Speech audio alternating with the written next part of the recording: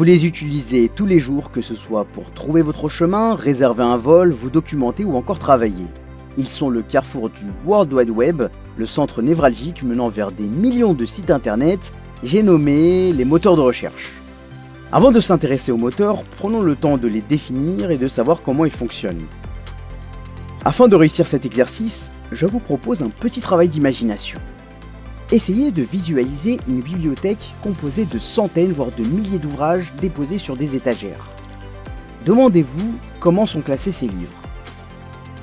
Ils pourraient être rangés par thématique, les livres policiers d'un côté, les encyclopédies de l'autre, mais aussi par titre, et notamment par ordre alphabétique. Les livres qui commencent par la lettre A seront donc devant ceux qui commencent par les lettres B ou C. On peut aussi reprendre la même logique, mais cette fois-ci classée par nom d'auteur. Diderot serait devant Rousseau, Rousseau serait devant Shakespeare. On peut aussi classer ces livres par nombre d'emprunts. S'il s'agit notamment d'une bibliothèque municipale, cela permettrait de favoriser les livres qui intéressent le plus les adhérents. Enfin, on peut classer ces ouvrages par ancienneté. Selon vous, est-ce que ces critères suffisent à garantir une forme de pertinence ? La réponse est non. Cette manière de ranger les livres ne permet pas d'offrir le bon livre à la bonne personne au bon moment et de la bonne façon.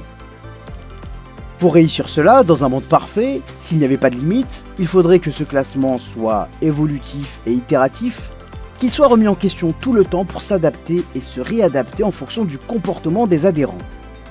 Il faudrait aussi que le classement soit personnalisé, qu'il puisse tenir compte du comportement antérieur et de l'historique des emprunts du lecteur pour lui proposer un classement totalement sur mesure et adapté.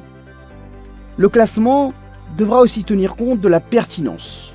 Il faudrait pour cela que tout le personnel travaillant à la bibliothèque puisse avoir lu chacun des livres et fixer une forme de notation en fonction de la qualité du texte, mais aussi en fonction de la popularité, en s'intéressant notamment à tout ce qui est dit autour du livre, que ce soit sur la toile ou dans la vraie vie.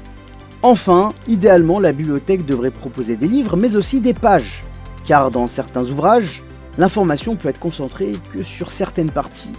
L'objectif serait donc de faire gagner du temps aux adhérents et d'éviter qu'ils soient obligés de consulter l'ensemble du livre.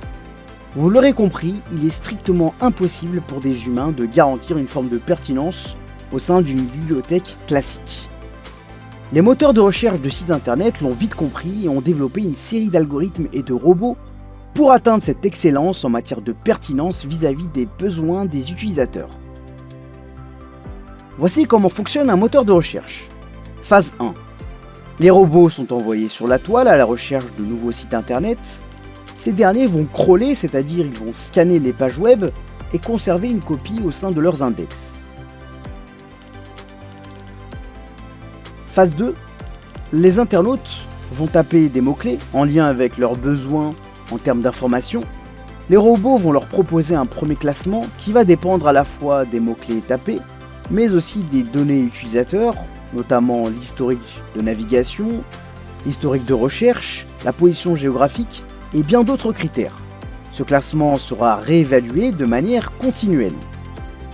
En résumé, les moteurs de recherche sont des bibliothèques d'information qui vont tenir compte de l'accessibilité technique des pages, de la pertinence, de la popularité, des signaux utilisateurs, tout cela pour aboutir à un classement évolutif en fonction notamment des comportements des internautes au quotidien.